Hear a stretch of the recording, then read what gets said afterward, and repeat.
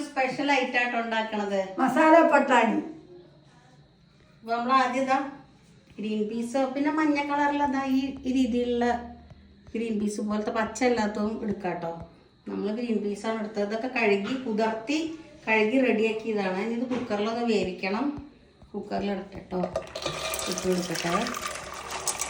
Green പീസിന് ഇടയിൽ ഇങ്ങനത്തെ പട്ടാണി വരുന്നുണ്ട്. ഉണ്ട് ഉണ്ട് കളറ്. അതൊരു ഭംഗിയാണ് ശരിക്കും. അതെ. ഇനി കുറച്ച് വെള്ളം ഒഴിക്കാൻ നമുക്ക് വേവ് വ്യത്യാസമുണ്ടോ നോക്കില്ലോ? വേവിക്ക് തോന്നുന്നത് പച്ചക്ക് കുറവും മഞ്ഞൾ കൂടുതലാ തോന്നുന്നു. സംശയം ഉണ്ടങ്ങനെ. ഇനി കുറച്ച് മഞ്ഞപ്പൊടി ഇട്ടു. കുറച്ച് മഞ്ഞപ്പൊടി ഇടാം.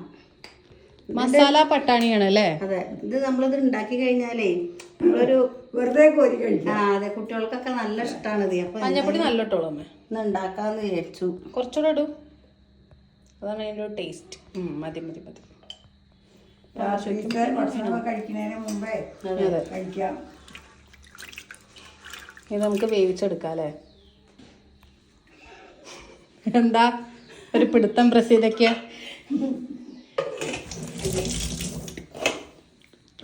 ഗ്യാസ് എത്തിക്കണ്ടായിട്ടാണ് തുടച്ചപ്പം അങ്ങോട്ട് വെച്ചതാ.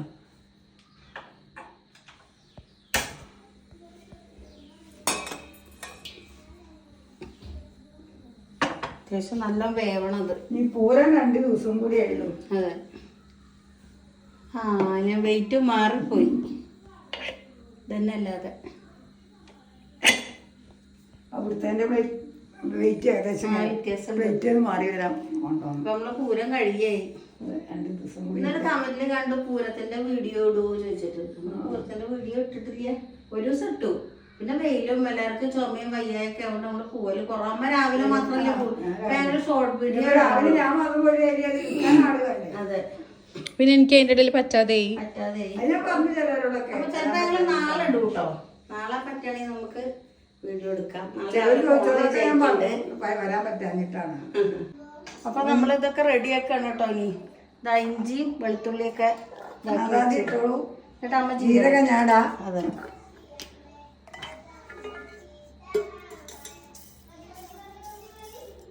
അപ്പോൾ ജീരകം ഇട്ട് കൊടുക്കുകയാണ്.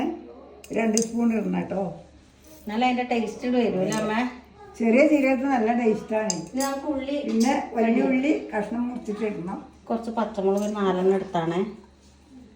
ഈ ഉള്ളി കഴുകി റെഡിയാക്കി വെച്ചാണ്.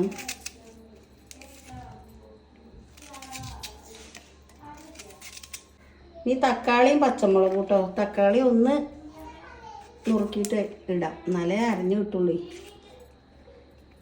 പച്ചമുളകും ഇതൊക്കെ കുട്ടികൾക്ക് നല്ല ഇഷ്ടമാവും.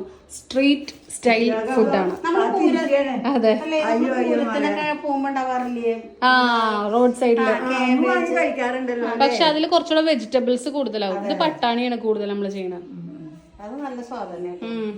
പക്ഷെ ഇപ്രാവശ്യം ഒന്നും കണ്ടില്ലല്ലോ. പിന്നെ രാത്രി പ്രാവശ്യം പോലെ ഗ്യാസ് അത് പറയാൻ പറ്റില്ല. ഇനി നമുക്ക് കുറച്ച് മല്ലിയില അരക്കാനുള്ളതിൽ ഇടാട്ടോ. അതാണ് അതിൻ്റെ കറക്റ്റ് ടേസ്റ്റിൽ വരുള്ളൂ. പുതിനയുടെ ആവശ്യമില്ല ഇതില്. പുതിന വേണ്ട, മല്ലിച്ചപ്പ്. മുത്തശ്ശി മല്ലിച്ചപ്പ് എങ്ങനെ ഉണ്ടാവണേ? മല്ലിച്ചപ്പ് എങ്ങനെ ഉണ്ടാവണോ? മല്ലിച്ചപ്പ് ഉണ്ടാവണം എങ്ങനെ വെച്ചാൽ തൈ ഉണ്ടാവുമല്ലോ. അല്ല, തൈ എങ്ങനെ ഉണ്ടാവുക? അങ്ങനെ വെച്ചേക്കാറില്ല. മല്ലി മുളപ്പിക്കുക. മല്ലി മുളപ്പിച്ചിട്ട് എന്താണ് നമ്മളെ നാട്ടിലില്ലല്ലോ. മല്ലി മുളപ്പിച്ചാൽ മല്ലി ചെപ്പ് കിട്ടും. എന്നാ ഈ മല്ലി നമുക്ക് അങ്ങനെ ഉണ്ടാക്കി വെക്കാം. ഞാൻ കണ്ടിട്ടുണ്ട് കേട്ടോ. നോക്കാം. യെസ്. അപ്പൊ അത് അരച്ചെടുക്കട്ടെ കേട്ടോ. അപ്പൊ കുറച്ച് പൊടിയുപ്പും കൂടെ ഇടുന്നുണ്ട് കേട്ടോ അരയ്ക്കുമ്പോ. നമ്മള് വെള്ളം ചേർക്കാതെയാണ് കേട്ടോ അരക്കേണ്ടത്. എന്താ വെച്ചാൽ ഉള്ളിയില് മല്ലിച്ചപ്പിലും ഒക്കെ വെള്ളം ഉണ്ടാവുമല്ലോ, പച്ചമുളകിലായാലും. ചൂടായി വരട്ടെ.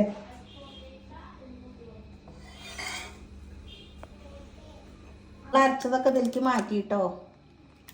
അതും തരൂ, ഞാൻ കഴുകിക്കൊണ്ടുവരാം. തുടച്ചെടുക്കാം, സാധനം തികയാതിരിക്കണ്ട. അപ്പൊ നമ്മളെ പേനൊക്കെ ചൂടായി അരച്ചു വെച്ചതിന് ചേർക്കാട്ടോ.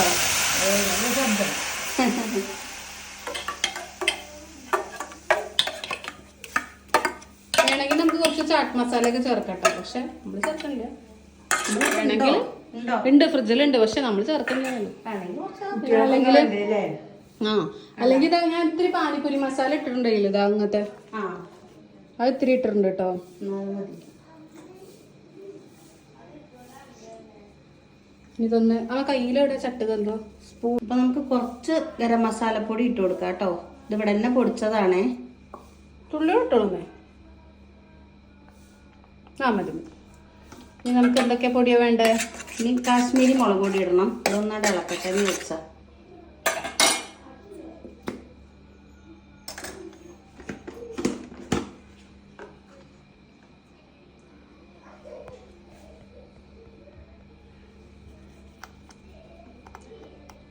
എന്താമൊന്നും മിണ്ടാത്ത മിണ്ടുവേ.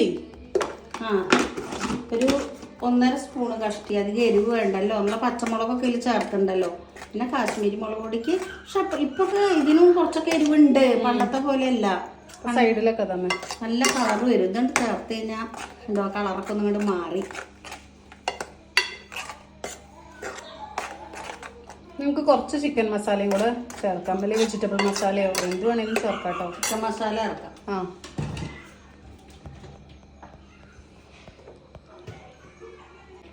അപ്പോൾ കുറച്ച് ചിക്കൻ മസാലയും കൂടി ഇട്ട് കൊടുക്കാം കേട്ടോ. നല്ലൊന്ന് ഇളക്കി കൊടുക്കാം. കുറച്ച് ഉപ്പിടാം, കാരണം നമ്മൾ ഗ്രീൻ പീസിലേക്കൊക്കെ ഉപ്പ് പിടിക്കണ്ടേ. അപ്പോൾ നമുക്ക് ഗ്രീൻ പീസ് ഇട്ട് കൊടുക്കാം കേട്ടോ. ഇനി നമുക്ക് നന്നായിട്ട് ഇതൊന്ന് വറ്റണ വരെ ഒന്ന് കത്തിച്ചെടുക്കാനുണ്ട്.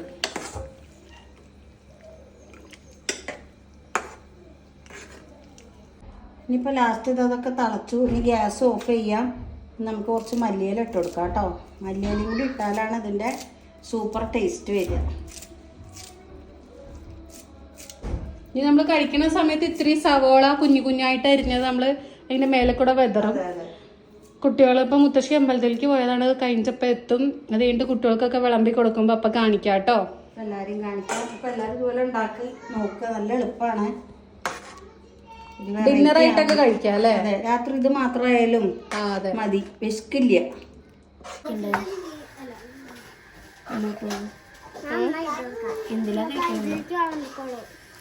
ആ പാള പ്ലേറ്റ് എടുക്കാമേ. ഇപ്പൊ നമ്മളുടെ മസാല പട്ടാണി ഇവിടെ റെഡി ആയിട്ടുണ്ട്. അപ്പൊ ഞാൻ എല്ലാവർക്കും കൊടുക്കുക കേട്ടോ. കുട്ടികളൊക്കെ കഴിക്കട്ടെ. എല്ലാരും റെഡി ആയിരിക്കുന്നുണ്ട്, സ്പൂണൊക്കെ കൈ പിടിച്ച്. അവര് നടുക്കിട്ട് വെച്ചെടുത്തോളമേ. എല്ലാരും കൂടെ എടുത്തോട്ടെ അല്ലേ? അപ്പൊ എല്ലാവരും മസാല പട്ടാണി കഴിക്കുകയാണ്.